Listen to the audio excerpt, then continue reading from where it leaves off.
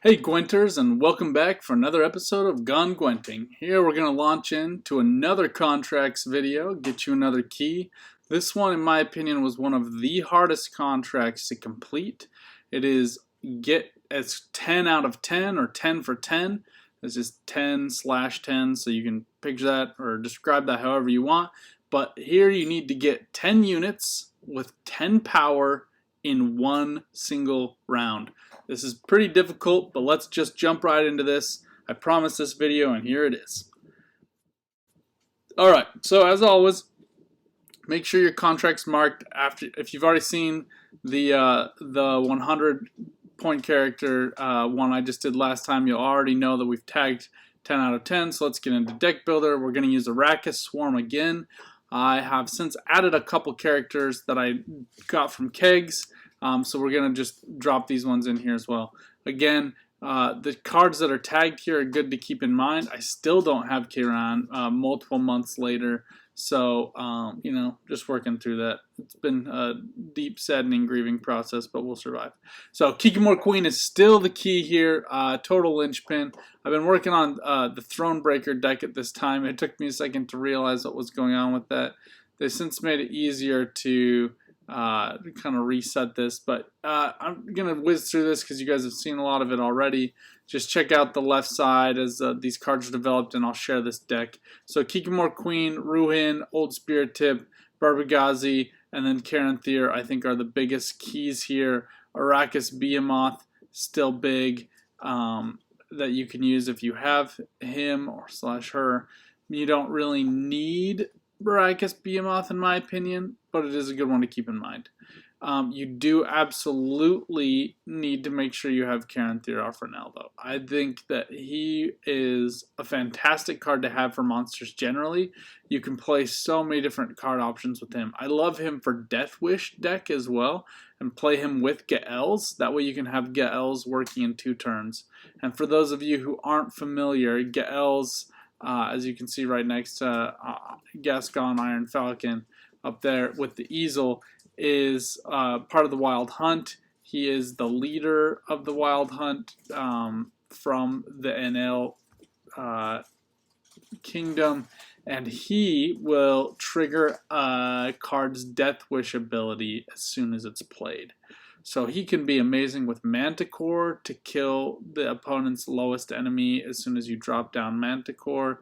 He can be great to trigger like Bridge Troll to give you an extra, or Cave Troll, sorry, to give you to boost your highest unit by 3. So he can be a great combo. So Caranthir is definitely an investment worth making.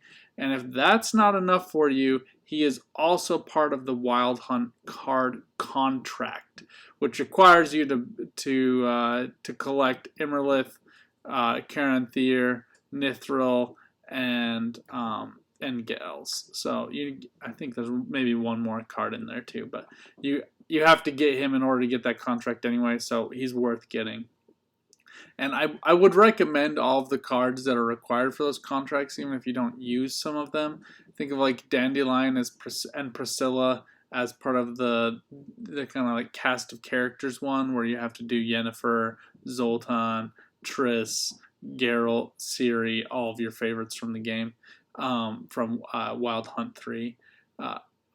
So I think those ones are very useful in certain contexts. Yennefer's not my favorite, Triss neither.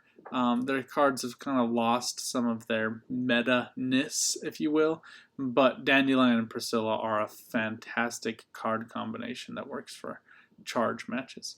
Alright, so if you've watched my last video, you know this deck is pretty similar. The only big addition I would say is Glusty Warp, which you'll see the gameplay, but we're just going to jump right into this, give you this gameplay, let you guys know how to do this. So, like I said, I've learned, it took me a while to figure this out, but I have since learned to make sure to spawn the correct number of drones, the right row. I had some problems with it overcrowding in the past, so I have since moved on to just doing 4. That seemed to work better. I also added to this deck, I also added in what's his name? King of the Beggars, which will randomly boost the cards in your hand, the lowest card in your hand each turn. So that's why Caranthir is already boosted. Not a huge deal. My hope was to get that on some of the cards to get them to be a little bit more valuable, specifically Kikimore Worker and the Endrega Workers as well. Those Endrega Warrior, sorry. Both of those, the higher they can be initially, the more useful they can be to you. So, but you'll see here some of the value. Also note, Redanian Archer has stayed the same. Super annoying card. He has a 5 provision cost, but I think he's better than that. Though they've dropped down his vitality to only 2, which I think was a good move. And then also for those Redanian Knights that are getting boosted passively by 1 each turn, those now have 2 armor instead, but not a big deal for this deck. So one thing I also learned was you want to have a power row of cards. So you just need 10 cards worth 10, and something to keep in mind is it's easier if you get them all in the same row. That way you can get both of the Kikimore Queens boosting each other and the other cards. It can make it a little bit difficult to proc the Thrive for both of them, but for whatever reason I just found that this was a better, more effective way of accomplishing that task. So something else to keep in mind, I've also added in Endrega Warriors, and you're going to see them get played down soon. But here we had the annoying issue of being constantly attacked by a Redanian Archer. You'll note that this deck is wholly built to get 10 cards worth 10 points and is otherwise generally useless against attacking cards, locking cards, poison procking cards. So it's easier if your opponent just gives up on the round, but I wanted to show you guys this footage to show you that it is possible to get it done even while you're being attacked. So just keep that in mind, stay hopeful, stay cheerful, and know that you can get it done even when it feels like it's impossible. Alright, so one other thing to keep in mind here, Kikimore Worker, his ability is, so he has low provision cost card, but his weakness, as you can just see your opponent reading, you can see what they are looking at by the card lighting up. His weakness is that if he gets exposed, which means he falls to 0 armor, he will destroy himself. So you just gotta be constantly paying attention to that armor count. Note that he is spawning, regenerating 1 charge every turn for his Redanian Archer that keeps doing 1 damage for every turn that Redanian Archer is barricaded as well, meaning that Redanian Archer still has armor.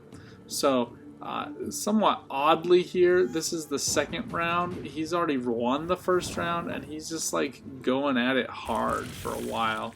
It's kind of unclear to me why he did that when I had more than doubled his points. Well, I think he's slowly figured it out. So one thing too about the Kikimore Worker that is different from some of the other armored cards, the Kikimore Worker will get 1 armor every time you spawn a insectoid. So just know that can work for you. Alright, Anarachus Swarm, this leader ability, every time you play an organic card, you'll notice that nest normally spawns 4 drones, but it spawns an extra 1 for every time you play one of those cards. So you'll also note I did consume that Endrega Larvae. I was counting up. I needed to make sure I get as many 10s as possible. That Endrega Larvae was never going to get there. So we have Burbagazi, Kikimore Worker, and then that Kikimore Queen are already at 10. Consumed down that 7 Endrega Warrior there.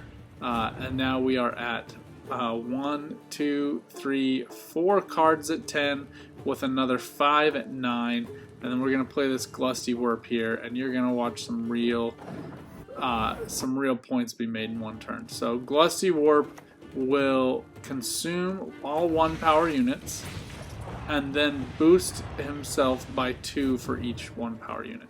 So dropped him down on the front row, didn't really matter where you put him. But he's going to consume all those units, get 2 points each, and then he is going to proc both of those thrives on each of the Kikimore queens.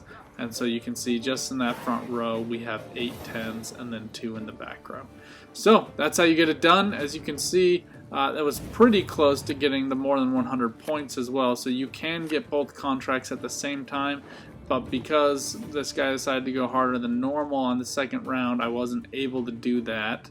So I didn't want to just have this as one combined video. And like I said too, this took me, I have footage of like 20 other games that I recorded. Every time I was like, oh, I got it, I got it, I got it. And then I'd end up with like 7, 8, or 9 characters at 10 and not the full 10. So again, just hang in there, be patient, use this video, copy that gameplay as much as you can. I will say again, Caranthir and Kikimore Queen are musts for this, and you must, because of that, you must have them in hand to play in order to get this contract. As you can see here too, I know people are just going to be interested, oh, what can you do? This is a good game strategy going forward. I did win a lot with this deck. I will tell you that. It's not a terrible mid-game deck. It's very, like I mentioned before, it's not good at countering decks that have damage or lock or treason or bounties or whatever, a lot of the cooler new meta abilities, but it is a great card for just throwing down some massive points all at once. I mean, you can see just in this round right here, we can play Griffin and Ghoul, both lower provision cards, and come out to 16 points in just 2 moves. So a lot of durability here, a lot of points. There is a lot of boost, so if the opponent has resets or has like not Hjalmar on crate, different, I can forget his name, Skellige card that will do 1 damage over and over again until he does damage to the base value of the character. So that Ghoul right there right now is boosted to 9. If he was to be played, would actually kill the card because his base value is 1. So he would do 9 damage in 1 damage increments, meaning that he would attack him with 1 damage 9 times. And if you have cards that are boosted by every time an opponent takes damage, I think like On Crate Swordsman is a good example, they would get boosted 9 times for that. So consume cards are really weak against those kind of cards just because of how those points are structured. But as you see here, it's not a good game strategy to go 141 to 52 in 1 round and lose a bunch of points. So as you can see, my MMR that season, and honestly still since, because I've been working on contracts and making this content for you guys, is pretty mediocre. I mean, I'm like above average, but certainly not even in the pro rankings, let alone the top 10. So anyway, thank you guys for watching. As always, I know it's a tough time out there. Stay healthy, stay safe, and like I said before, take your friends, go Gwenting. You don't have to be in the same house to do it. It's a great digital game to play. Lots of good times. The more keys you get, the more cards you can get. Everything is pretty accessible. If you're played this for a few hours, you'll already realize that you've unlocked several cards and that you're going to get a lot more as you go on. And the more you get, the easier it is to get shards, and the easier it'll be to build this deck and others. Like I said, I know Kikimore Queen and Caranthir are expensive legendary cards, but you'll get there. Hang in there, stay strong, and have fun.